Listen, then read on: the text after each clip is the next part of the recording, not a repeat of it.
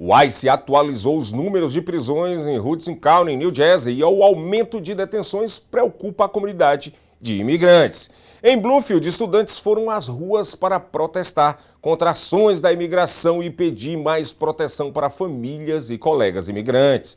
O governo americano também está comprando galpões gigantes para ampliar centros de detenções de imigrantes, uma medida que já gera críticas. E um funcionário da NFL afirma que não existe nenhuma operação planejada do ICE durante o Super Bowl. Em Washington, Donald Trump assinou o projeto de lei de gastos que encerrou a paralisação do governo após 4 dias. Tudo isso e muito mais em 30 segundos no Agenda 47. Com a extensão de cílios profissional, você acorda linda todos os dias. Sem rímel, sem esforço e sem perder tempo. Realçamos sua beleza com técnicas modernas, produtos de alta qualidade e total cuidado com seus olhos. Agende seu horário agora mesmo e descubra o poder de um olhar irresistível. Sampaio Ellen Beauty Studio, transformando olhares, elevando a sua beleza.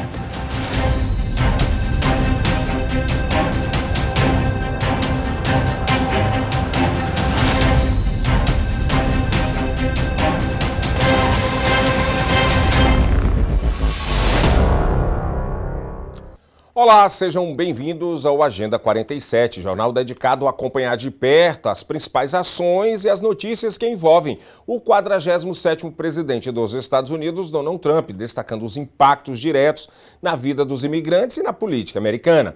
Estamos presentes em várias plataformas para que você fique sempre bem informado. Em todos os Estados Unidos e Canadá pela SPT Television, SIC Internacional. E também na plataforma de streaming SPT Plus, que inclusive se você não fez o download, se você não baixou, o momento é esse, aponta seu telemóvel para cá, vem aqui nesse QR Code que está nesse cantinho, apontou para cá, você vai ser redirecionado para a SPT Plus. Lá temos conteúdo de qualidade, notícia, entretenimento, novelas, documentários, é um local para você que fala português se sentir em casa. SPT Plus, disponível no Google Store, na Apple Store e também nas Smart TV. E claro, estamos também no nosso canal no YouTube, Seabra Brazilian Television. Informação de qualidade, credibilidade e conexão direta com a nossa comunidade, onde quer que você esteja. Agentes federal de imigração do ICE prenderam ao menos 10 pessoas em Hudson County, New Jersey, incluindo suspeitos que teriam retornado aos Estados Unidos depois de deportados. Segundo autoridades do Departamento de Segurança Interna, parte das detenções ocorreram em uma estação de trem leve na divisa entre Hoboken e Jersey City, onde moradores filmaram agentes levando pessoas para fora do transporte público. A polícia local não foi avisada antecipadamente e não participou da operação, afirmou a prefeita de Hoboken, que diz estar investigando os fatos. A Alfândega e Proteção de Fronteiras também não divulgou detalhes adicionais sobre os capturados ou os mandados utilizados. Hoje em Bloomfield, New Jersey, centenas de estudantes deixaram suas salas de aula e caminharam até a prefeitura em protestos contra as operações do Serviço de Imigração e Controle de Alfândega aqui nos Estados Unidos, o ICE. Eles exigem o fim das ações que, segundo eles, estão destruindo famílias nas comunidades. Uma das alunas presentes, Ângela Dias, contou que seu pai foi deportado em agosto e fez um cartaz que dizia: eles chamam de sonho americano porque você tem que estar dormindo para acreditar.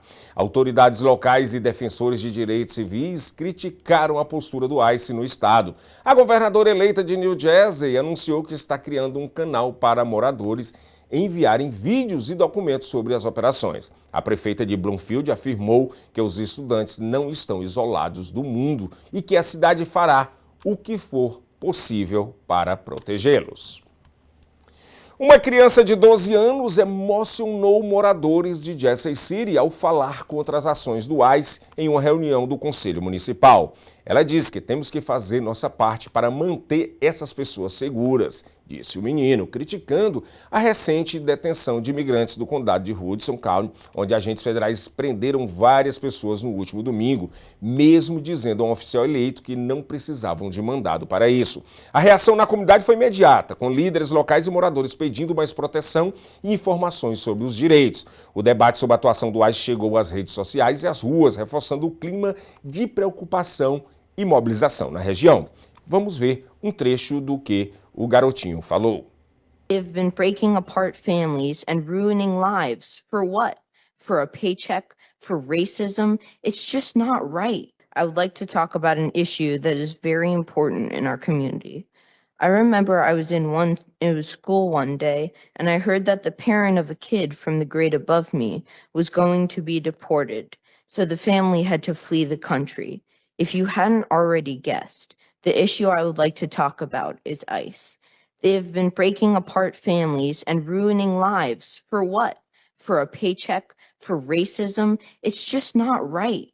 We need to be doing something to stop our fellow citizens from being separated from their families on a weekly basis. Without them, Jersey City wouldn't have the same community as it does. We have to do our part to keep these people safe. Thank you. E na Califórnia, um discurso curto e emocionante de um outro adolescente virou destaque na mídia dos Estados Unidos. Na noite do dia 26 de janeiro, durante uma reunião do Conselho Municipal de Alhambra, na Califórnia, o adolescente Liam pegou o microfone para criticar ações ligadas à imigração e dizer que operações federais têm espalhado medo na comunidade, especialmente entre amigos latinos e asiáticos. A fala aconteceu no encontro lotado, depois que um vídeo viral levantou suspeitas de cooperação entre a polícia local e agentes federais, o que a cidade nega. O pronunciamento do jovem repercutiu nas redes sociais e dominou a cobertura da mídia nacional. I don't have a written speech, but I have a lot to say. I have been at school for the past couple months actually, with friends who are Mexican, Latino, Asian, and seeing the looks on their faces when anybody says anything about ICE is terrifying. My friends, I have a lot of Mexican friends, and all of them are terrified. And I want to say that when I'm with them, I feel angry. I feel furious. Because when I watch the news, I see people being kidnapped, people being hit by cars during protests. And I don't know what to say. I think that our government is collapsing. I think that what is happening in our state, even in Minnesota, in anywhere that ICE has been marauding around, kidnapping people, I just think that to all the people who are out in detention centers and who are hiding away, don't give up. Don't give in. And don't let the bastards grind you down. Thank you. O Serviço de Imigração e Alfândega dos Estados Unidos, o ICE, comprou uma enorme propriedade de 64 acres em Berks County, em Pensilvânia, que pode ser usada para deter imigrantes. Parte de um plano de expansão de centros de detenção pelo país. Autoridades federais estão comprando grandes galpões industriais, como um em Maryland por 102 milhões de dólares e um outro no Arizona por 70 milhões de dólares para transformar essas instalações em prisões com celas, banheiros e espaços comuns. Outro imóvel em El Paso, no Texas, pode chegar a 8.500 vagas, o que indicaria a maior expansão desse tipo de instalação na história dos Estados Unidos. Ao todo, o ICE planeja usar até 23 galpões espalhados pelo país. Mas a estratégia enfrenta a rejeição de várias comunidades pequenas. Moradores reclamam da falta de estrutura da proximidade com os galpões e também ser próximo a escolas e do impacto no sistema de água e esgoto em algumas cidades. A pressão local já cancelou vendas e fez proprietários desistirem de negociar com o governo Trump. Uma audiência convocada por democratas no Congresso dos Estados Unidos ouviu na última terça-feira, dia 3 de fevereiro, relatos duros de cidadãos americanos que dizem ter sido atacados e tratados como suspeito por agentes federais de imigração, em meio à campanha de deportações em massa do governo de Donald Trump. 3 testemunhas descreveram tiros, agressões e detenções sem explicações claras, com pedidos por investigação e punição dos responsáveis. A audiência também teve o depoimento dos irmãos de Renee Good, americana morta em Minneapolis em 7 de janeiro, durante uma ação ligada a agentes de imigração. Eles pediram mudanças para evitar novas tragédias e os democratas cobraram mais controle sobre o uso da força e transparência nas operações. Vamos conferir agora o que disse Luke Ganger, um dos irmãos de Renee Good.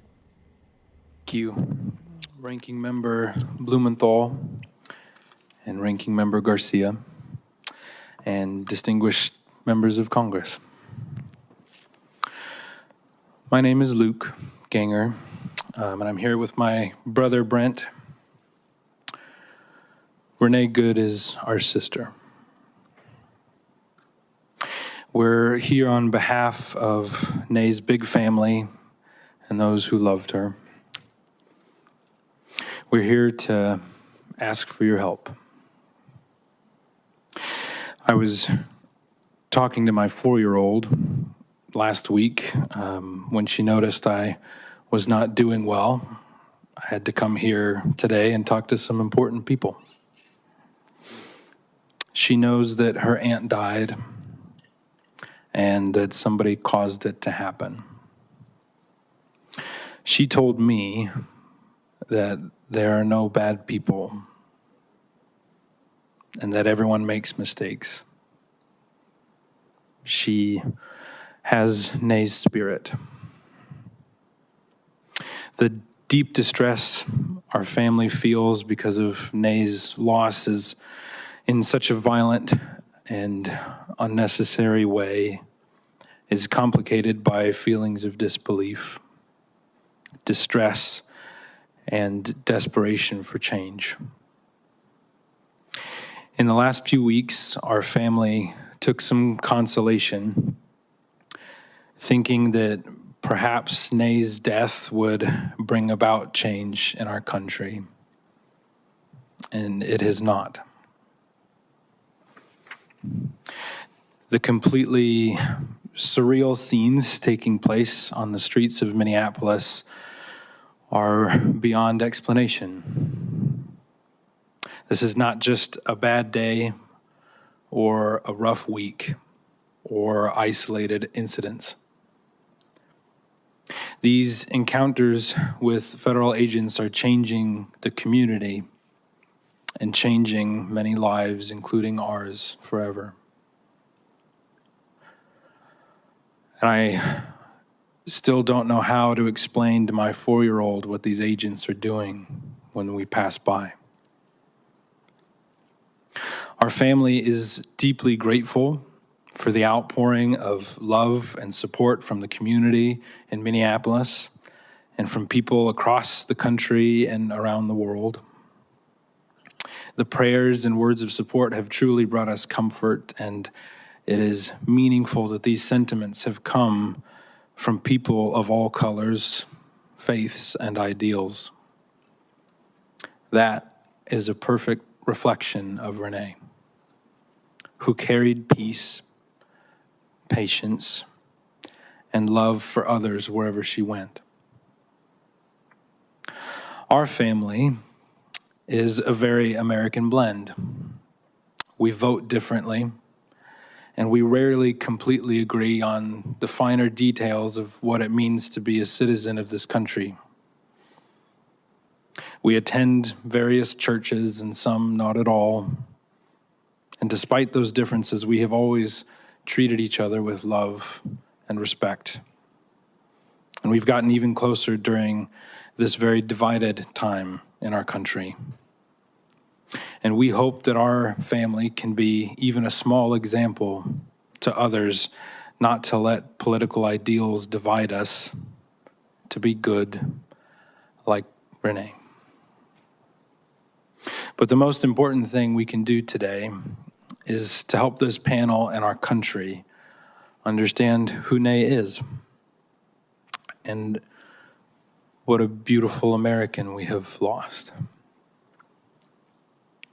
A sister, a daughter, mother, a partner, and a friend. A cidadã americana Brianna Galanche e seu marido venezuelano Wilson Daxon Larriva Castillo estão entre as muitas famílias afetadas pela decisão da administração de Donald Trump de acabar com o status de proteção temporário, chamado TPS, para venezuelanos em 2025. We're showing up to the detention center where my husband was detained at. A lot of bad memories come up. U.S. citizen Brianna Galanche and her Venezuelan husband, Wilson Daxon Larriva Castillo, have been separated by Trump's immigration policies. In 2025, the Department of Homeland Security ended temporary protected status for Venezuelan migrants. Speaking to Reuters in November last year, Brianna recalled the day they were separated. And at this appointment, he was just supposed to bring in new records, marriage certificates, change of addresses, stuff like that. It was just a simple appointment. We go in and I'm like, hey, this appointment says to bring in new paperwork. Here's the paperwork. He's like, I don't need that shit. And he was like, go sit down. He just told us to wait in the waiting room. I was probably waiting for about like 20 minutes till they came back with his stuff and said he's not leaving. And I asked him, like, can you give me a reason? He's like, do you actually need a reason? I'm like, well, yeah, he's my husband. And that's when he was like, well, he's from Venezuela, first off. I was like, what does that have to do with anything? He was like, here's where you can find him. He gave me a paper where he was going to be detained and told me to get the fuck out, pretty much. Brianna said Wilson's next course of action was to either wait for a master hearing, which she says involved a considerable waiting period in detention, or agree to leave the country voluntarily. After months in detention, Wilson chose self-deportation and was sent to Venezuela before later relocating to Colombia. He was released because he had no criminal record there or even here in the United States. So he was released, he went back to his mom's, stayed there for a little bit, and now he's in Colombia. The pair remained separated, though Brianna was able to visit her husband again in Colombia early this year. There, Wilson explained why he chose to self-deport. Todos los días temía por mi seguridad, porque every day I was concerned for my safety. There were many things happening in the bathrooms. I better don't say. We had to be on alert because we never knew who could walk in. por lo que no sabíamos que puedan entrar no sé cómo le dicen ellos, ganga. I don't know how they call it. Gangs, groups could come in to commit a crime, so they would be sent to a federal prison. Passar a uma cárcel federal. A chefe de segurança da NFL, Kate Lanier, disse em uma coletiva de imprensa em São Francisco na terça-feira que não havia operações planejadas da imigração e da alfândega, o ICE, para o Super Bowl de domingo ou para eventos que antecederem o Super Bowl. Yes, there's no planned ICE enforcement activities. We are confident of that. Secondly, our Department of Homeland Security, who's been our partner for more than 20 years now, is made up of more than 20 different departments. We'll send a variety of different agencies. That does not include ICE. There is not ICE deployed with us at the Super Bowl, and I don't believe there has been in the last several. You know, we have a great relationship with our federal partners. We've been working with them very closely over the last 18 months. We've met with the Department of Homeland Security leadership in the last week. I'm confident that this partnership is strong and that we're here for that public safety mission, and that's what everybody that's here is focused on. E ainda falando de Super Bowl, o Seattle Seahawks está prestes a enfrentar o New England Patriots no Super Bowl do próximo domingo, provavelmente o maior evento de um único dia de esporte dos Estados Unidos, atraindo uma enorme audiência ao redor do mundo. Mas outro duelo já está em andamento, a batalha por atenção nos comerciais do Super Bowl. Leslie Zahn, CEO da consultoria de marca Triggers, explica por que os anúncios simplesmente esgotaram extremamente, muito mais rápido do que anos anteriores. Super Bowl ads sold out extremely quickly this year. We're told by September they were done with their inventory. And that was actually before the NFL season even started. I wish to present the importance of hard work and determination. This is the 60th Super Bowl in 2026, and 2026 is a very important year. This is the year of America's 250th anniversary. It is a big year for brands. And so every brand is going to be trying to connect itself to American themes. Budweiser needs to get two messages across. It needs to connect itself, reconnect itself to America's 250th anniversary. And it simultaneously needs to communicate that this is Budweiser's own 150th anniversary. The horse and the eagle become one. And we actually see this creature, it almost looks like Pegasus, with half horse, half bird, half eagle. And it's an incredible symbol of America. The average cost for a Super Bowl ad in this year's Super Bowl in 2026 is around $7 to $8 million. That compares to $5 million back in 2016. And so we have seen increasing growth in the price of a Super Bowl ad. The Super Bowl audience is about 127 million viewers on you. And that idea of everybody being able to watch the same thing and see the same thing all at the same time. In a fragmented world, that is a huge benefit. Realmente, investir no Super Bowl é um dos comerciais, se não o mais caro do mundo. A Câmara dos Estados Unidos aprovou nesta terça-feira uma série de leis orçamentárias que estavam pendentes, encerrando assim o segundo shutdown do atual governo de Donald Trump. O shutdown acontece quando o Congresso dos Estados Unidos não consegue aprovar um orçamento, o que deflagra uma paralisação automática de serviços federais no país. O governo federal dos Estados Unidos havia paralisado no último sábado, apenas 3 meses após o mais longo da história do país, que aconteceu em outubro e novembro do ano passado. Desta vez, o problema foi uma desavença entre a gestão Trump e os democratas sobre o financiamento do Departamento de Segurança Interna que financia o ICE, a Agência Federal de Imigração dos Estados Unidos. O problema começou após as mortes a tiros de 2 manifestantes durante as operações anti-imigração do governo no estado de Minnesota. Os democratas exigiam que o orçamento do departamento fosse bloqueado, em desacordo com as ações dos agentes do ICE.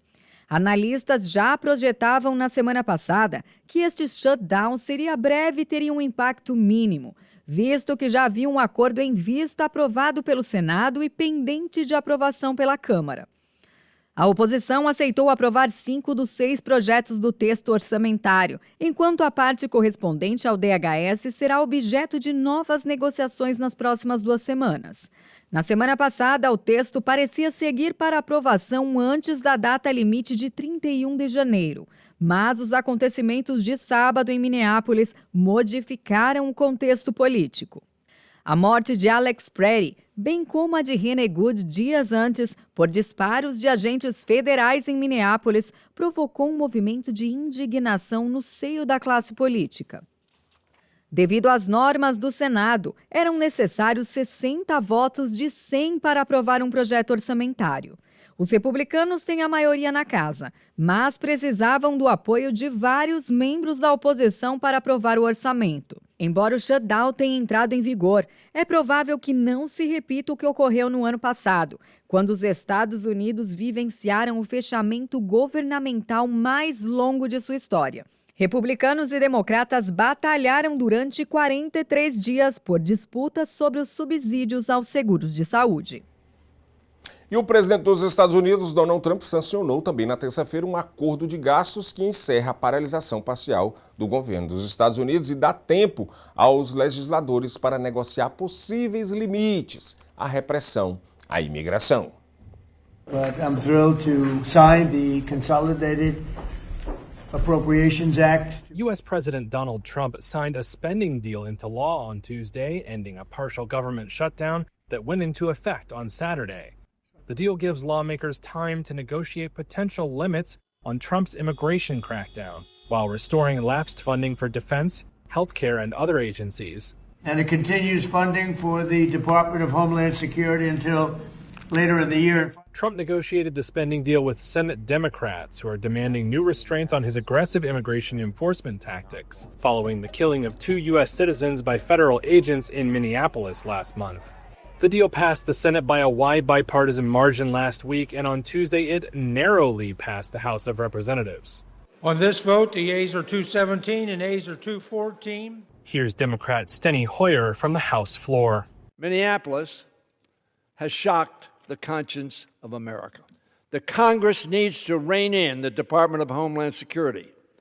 Republican House Speaker Mike Johnson said states led by Democratic leaders need to work more with federal law enforcement. We make the plea and the demand that the governors and the mayors in these blue states and blue cities participate with federal law enforcement so that we have a safer environment in which to implement and to enforce federal immigration laws. But Elaine Camark, senior fellow at the Brookings Institution, said Republican support for ICE could backfire during November's midterm elections. Who knows if it'll be a live issue in October or November? If they pull back ICE and pull back this sort of radical deportation plan, by the time we get to October or November, it may not be an issue anymore, and I think that's what they're realizing. The Trump administration said it was already deploying body cameras on immigration agents in Minnesota, which is one of the Democrats' demands. But other Democratic proposals will face more resistance as negotiations between the two parties continue.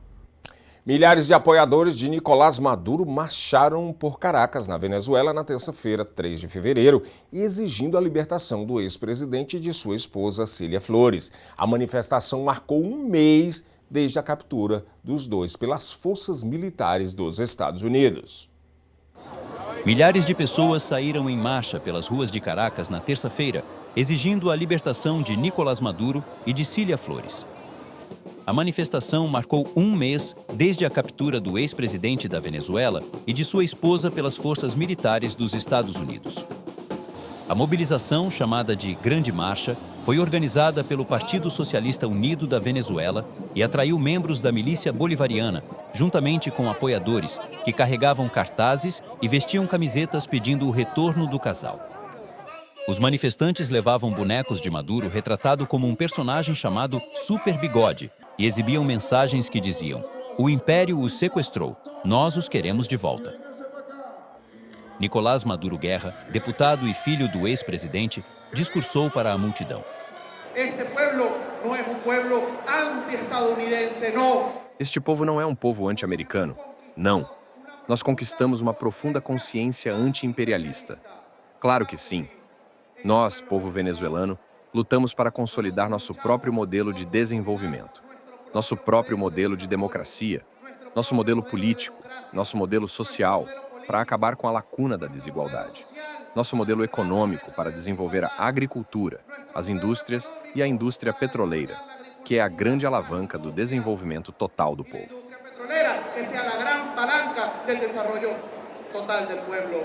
Maduro e Flores permanecem detidos em uma prisão federal dos Estados Unidos um mês após a incursão militar de 3 de janeiro. O exército dos Estados Unidos derrubaram na última terça-feira um drone militar iraniano que se aproximou do porta-aviões norte-americano que navegam rumo ao Irã. Segundo as Forças Armadas dos Estados Unidos, o exército disse que um caça F-35 levantou o voo e abateu o drone quando a aproximação foi detectada. A ação teria ocorrido em legítima defesa e para proteger o porta-aviões e a tripulação a bordo. Há 2 semanas, Donald Trump anunciou ter enviado uma fragata para a costa do Irã, em meio às tensões entre os dois países por conta de um acordo de não proliferação de armas nucleares. O presidente americano tem pressionado o Teherã para assinar o acordo. O grande impasse, no entanto, ocorre porque o Irã discorda de um dos pontos do texto, que exige o fim do enriquecimento de urânio, necessário para construir armas nucleares. O governo iraniano afirma que utiliza o recurso apenas para fins civis. Diante disso, o norte-americano começou a falar da possibilidade de atacar o território iraniano, renovando a ameaça que ele fez durante a onda de protestos de iranianos reprimidos com violência pelas forças de segurança. Os Estados Unidos e o Irã já tiveram um acordo de não proliferação de armas nucleares assinado pelo ex-presidente norte-americano Barack Obama. O próprio Trump, no entanto, se retirou desse acordo em 2018, em sua primeira gestão na Casa Branca em retaliação ao Irã. Na ocasião, ele acusou o governo iraniano de financiar grupos terroristas. O governo do Irã ainda não se manifestou sobre o drone que foi derrubado. O presidente ucraniano Volodymyr Zelensky disse na terça-feira que a Ucrânia aguardava a reação dos Estados Unidos ao ataque noturno da Rússia contra cidades do país, que causou novos danos à infraestrutura de energia. Imagens compartilhadas pela principal empresa privada de energia da Ucrânia, a DTEK, mostram os estragos do ataque aéreo noturno da Rússia a uma usina termoelétrica. Autoridades ucranianas disseram que Moscou lançou 450 drones e mais de 70 mísseis em ataques que feriram pelo menos 12 pessoas.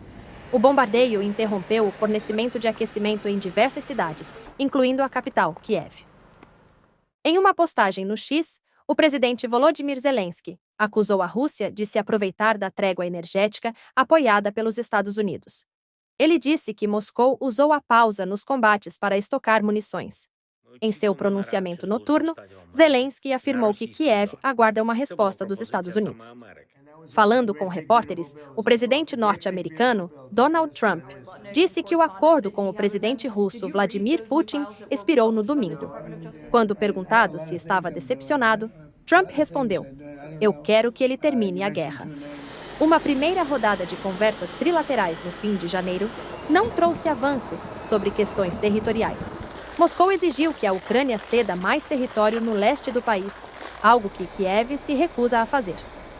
Enquanto negociadores ucranianos seguem para Abu Dhabi para uma segunda rodada de conversas, Zelensky disse que o trabalho dele seria ajustado de acordo após o ataque, mas sem dar detalhes sobre o que isso poderia significar.